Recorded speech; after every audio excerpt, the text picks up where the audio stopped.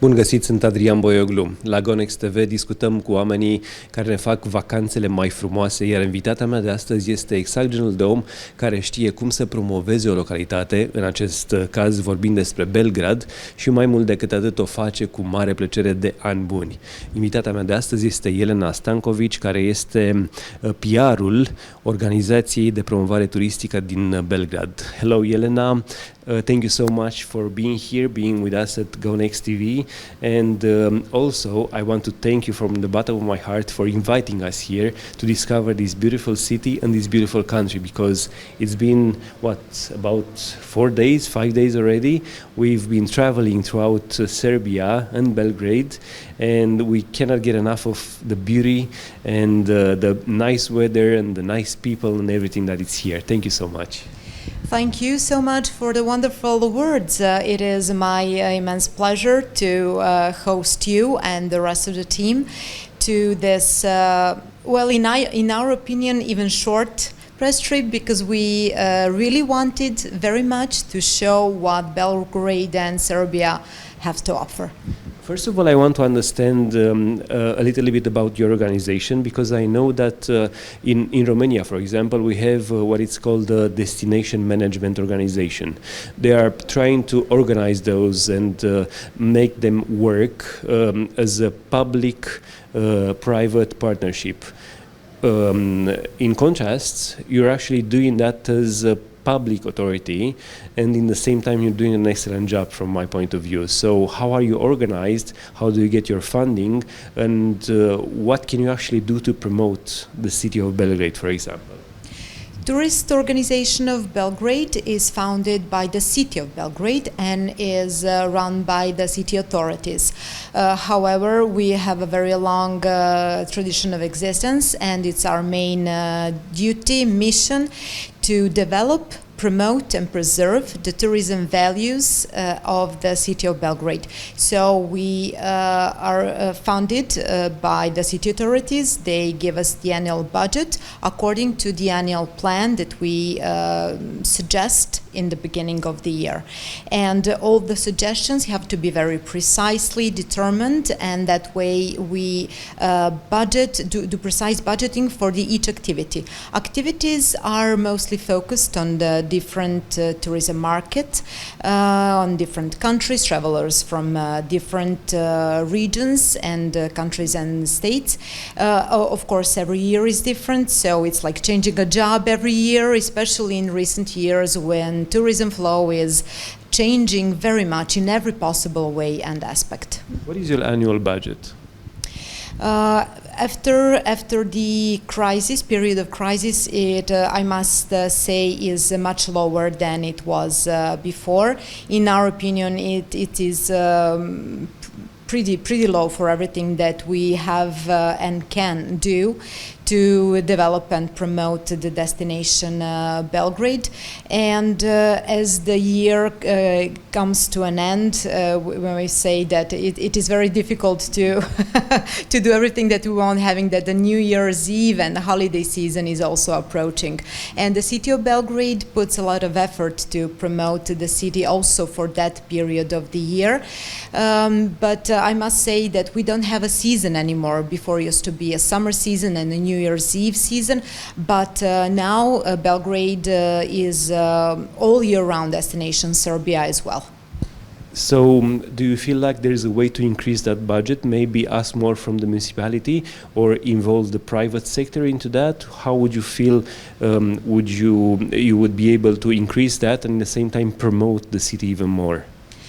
We don't have the system which includes budgeting from the private sector, so we are funded exclusively by the municipality of the city of Belgrade.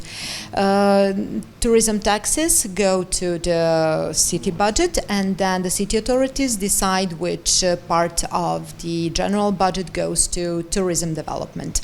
However, we work very closely with the private sector, and we make different partnerships which are based on close cooperation. They don't give us budget, they don't fund us, but they contribute to the overall development development of the tourism of the city by supporting in every possible way. We also cooperate with different institutions. In this particular case of this press trip, for instance, we worked closely with the National Tourism Board of Serbia. We also worked with the national carrier Air Serbia, which provided flight tickets. So this is just a perfect example how a cooperation between institutions, between private and public sector gives the best results, because every stakeholder, each stakeholder has benefits of it. Talking about that, of course, everyone needs to promote and cover their areas. So my next question would be, how do you promote Belgrade? What are the key points? What are the main events or places or things that you promote when it comes to Belgrade? If you would have to give a 3-point summary to someone about Belgrade, why should you come to visit this city? What would you say? We attend the most important tourism fairs. The number of those tourism fairs were much bigger. The list was bigger before the corona. Now we have shortened it. And it's a general trend that destinations are not attending that many tourism fairs anymore. But besides that, we organize different and special events in different cities, in different countries, promoting the destination, city of Belgrade and the country of Serbia. But also, I must say that cooperation with international media, influential people, bloggers, influencers gave very big results, and it's the best way to promote the destination. Also, if we can choose what is the best way of promotion, it is always the power of the word of mouth. It's always the happy tourist who gives and passes the best recommendations of the destination, and that is the most powerful promotion. That is why we try to and give our best to provide the best experience to each tourist from every country that visits our city, because that way is the best way to really spread the most positive impressions about the destination. Of course, the preconditions of a popularity of one destination are very simple. It takes availability, which means we need to have direct flights from as many destinations as possible. We need good infrastructure, we need accommodation facilities, and we need attractive things which would bring travelers to Belgrade, which would motivate them to visit, to explore, discover our city. And if I may say, I think that in this period, Belgrade is a very popular destination in Europe in particular. When it comes to statistics and numbers, do you have any idea of how many nights per person are spent in Belgrade? Do you know if those numbers increased in the past few years, let's say? That's a very interesting question. Thank you very much. In the first 8 months of this year, we had 2 million overnights. So 2 million tourists made overnights in Belgrade. So I'm talking only about the city of Belgrade. When it comes to arrivals, the number of arrivals, total number, in the first 8 months is 720,000. Of which 600,000 are international tourists, which only shows that Belgrade is mostly visited by the international travelers and guests. And I would like to point out that Romanian travelers are, according to the current statistics, among the travelers who are showing one of the highest increase in arrivals and overnights. The most important tourism offer of the city of Belgrade is a city break package, which means a short break in urban environment, which is in most commonly, most usually 2, 3, 4 days or a long weekend. That is the number of days which an average tourist spend in our country. But depending on different markets from different countries, travelers from different countries stay longer or shorter. For instance, travelers from neighboring countries come frequently, so they come many weekends in a row. They spend a weekend, they go back, then they come again because they have some special interest, or they're interested in some cultural events or gastronomy or nightlife, or maybe are coming for a business reason. So they're frequent travelers, and they make many short visits, but also from a different travel markets, from maybe some far destinations. They come and stay longer days, maybe 5 or 6 days. We are trying to have travelers from different markets, but also overnights are very important. Also, according to some analytics, some travelers are not should be counted by the number of overnights, but by the overall spending on the destinations which are given aside from a hotel or accommodation. You mentioned gastronomy, and that's one of the strong points of Belgrade and Serbia in general, because the food here is amazing. Besides the wonderful people and the amazing scenery, talking about gastronomy, what has Belgrade to offer to the tourists that are coming here to spend their weekend or maybe a week? Belgrade gastronomy, Serbian gastronomy, is something that many are talking about lately. We are very happy and proud because of it. It happens to have that many discovered how tasteful gastronomy we have, because it's a very interesting mixture of Eastern and Western cuisine, of many different cultures who left their trails over the history of our country. So we have a variety of tastes, a variety of dishes. Our traditional cuisine is very, very how to say, very authentic. It's a mixture of Austro-Hungarian, Ottoman. It is something that is usually called the Balkan cuisine, which is a very strong point, if I may say. But we also have a very modern, high-class cuisine. In that regards, we are proud that Michelin Guide also recognized Serbian cuisine as quality enough to be put on a guide. Also, GOMI law guides are now published in Serbia as well, proving the very big list of Serbian restaurants who deserved to be published and recommended to international travelers. Absolutely. And besides the food, your wines and rakia are famous for being one of the best in the world.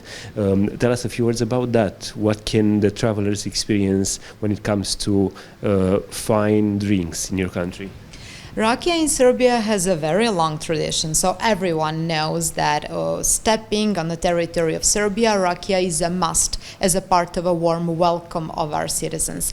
But the wine scene is new and is blooming. We have many small boutique wineries, and the number is increasing from year to year because it happens that we have very good soil that can be compared to a Tuscany soil. The climate is fantastic for growing a wine, and back in the old times we actually had a tradition of growing wine. This tradition has been brought to life again in recent years, and we are happy to be recognized at the international competition. Actually, I would like to hear more of your impressions about gastronomy and wine in Serbia during this trip.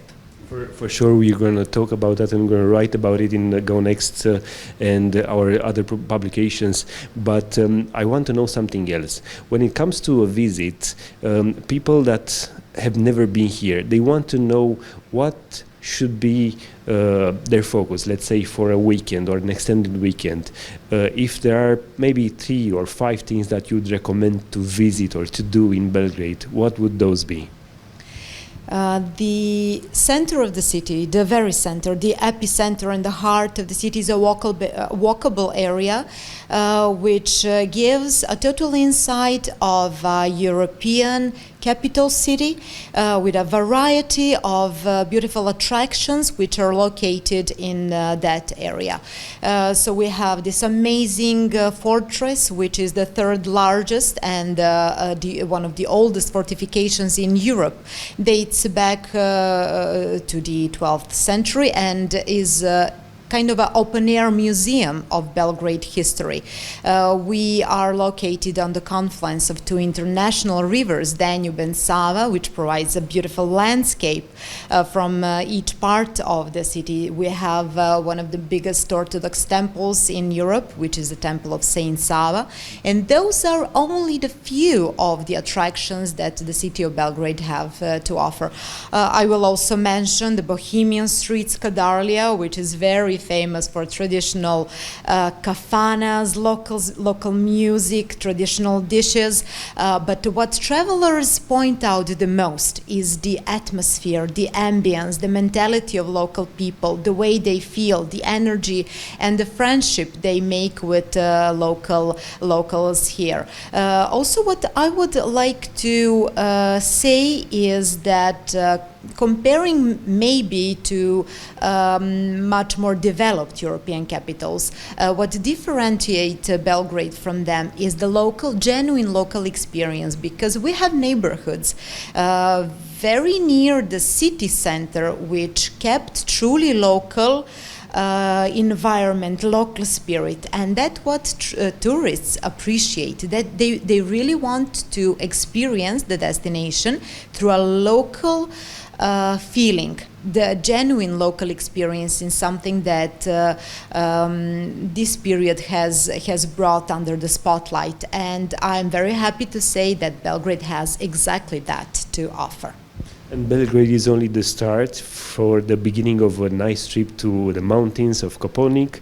If you want to go and spend some time maybe in the spa or a luxury hotel, what would you recommend to those who want to spend a few days in Belgrade and then visit some other places or see some other things outside of Belgrade?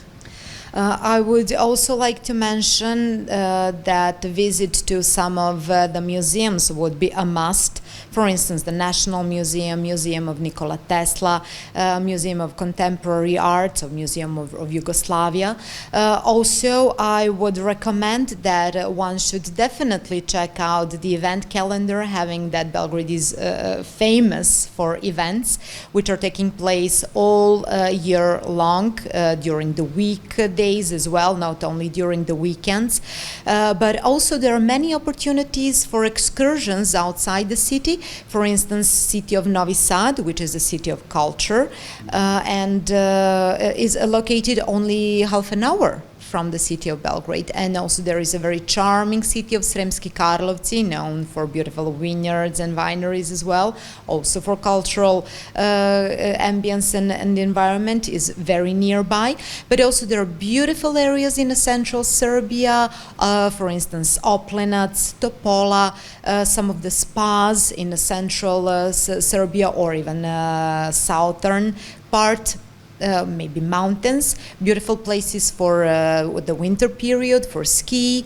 We have an amazing resorts, Eastern Serbia, Western Serbia, for active holiday, for different kind of vacation.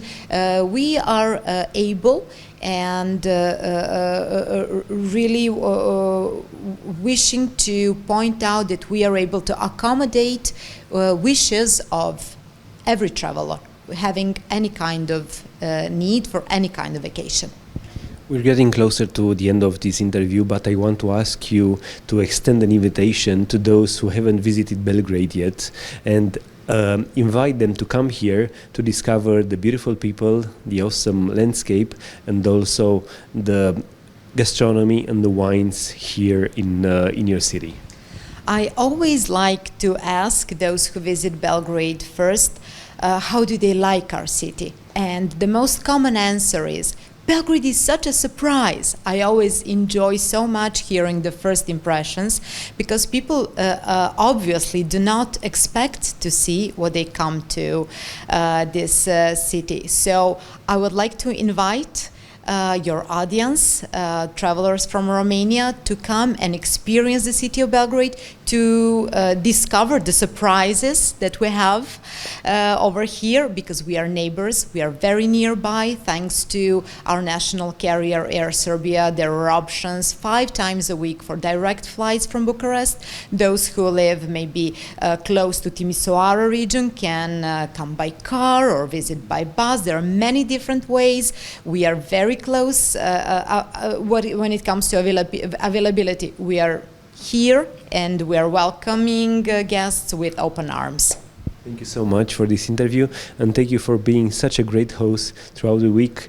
And we've seen just a little bit of Serbia, but is that little bit that makes us want to come back here and enjoy it even more and discover even more of the beautiful scenery and the beautiful people and everything that you have in here. I'm very glad. The pleasure is ours, and you are welcome anytime. Thank you. Doamnelor și domnilor, acesta a fost interviul cu invitata mea de astăzi. Până data viitoare, eu sunt Adrian Boioglu, alături de colegul meu Mitică Raftu. Vă doresc o zi mai bună!